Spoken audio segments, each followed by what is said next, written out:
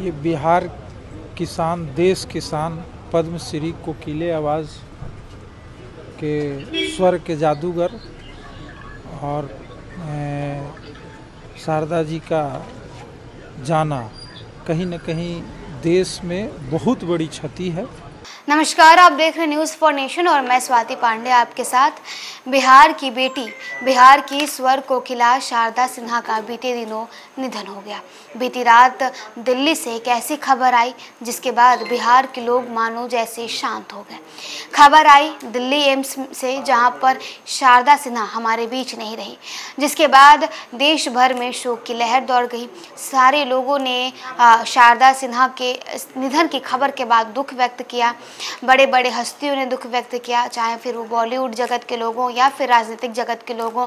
बिहार के तमाम नेताओं ने दुख व्यक्त किया। खुद प्रधानमंत्री नरेंद्र मोदी ने ट्वीट किया, अमित शाह ने ट्वीट किया। शारदा सिन्हा दरअसल कई दिनों से अस्वस्थ चल रही थी। करीब 10 से 12 दिनों तक वो हॉस्पिटल में भर्ती थी, दिल्ली एम्स में इलाजरत थी। लगातार खबरें आ रही थी। बीच में तो शारदा सिन्हा ठीक भी हो गई थी। उनकी एक तस्वीर सोशल मीडिया पर वायरल हुई, जिस तस्वीर में वो मुस्कुराती हंसती हुई नजर आई। उसके बाद बीते दिनों उन्हें आईसीयू से वेंटिलेटर पर शिफ्ट कर दिया गया और देर रात खबर आई करीब 9:20 पर, जहां शारदा सिन्हा हमारे बीच नहीं रही। बिहार में छठ पर्व हो और छठ पर्व के बीच अगर शारदा सिन्हा की आवाज़ ना सुनी जा सके, उनके गीतों को ना सुनी जा सके, तो मानो ये छठ महापर्व कुछ अधूरा सा लगने लगता है।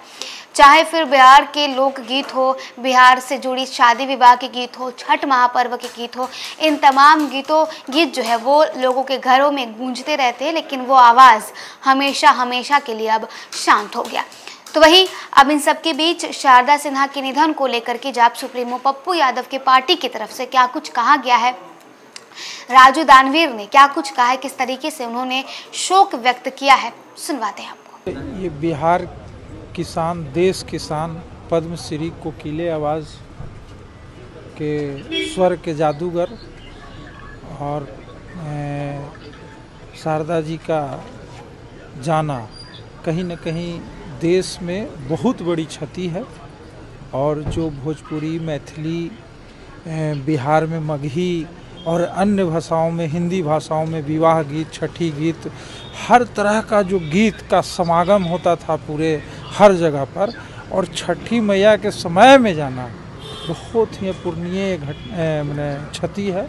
और हम ईश्वर से यही कामना करते हैं कि ईश्वर इन श्री चरणों में स्थान दे और सदैव जो है ना, भगवान इनके आत्मा को शांति दे और दोबारा कोई देश और बिहार में इतने बड़े गायिका के तौर पर और इतने मधुर स्वर और इतने भक्ति स्वर में अपने गायकी को प्रस्तुत करने वाला शायद ही कोई होगा। और आज सब जगह जो इनकी गीत बज रही है, यही इनकी विनम्र श्रद्धांजलि है, यही इनकी कहीं न कहीं पहचान है। मैं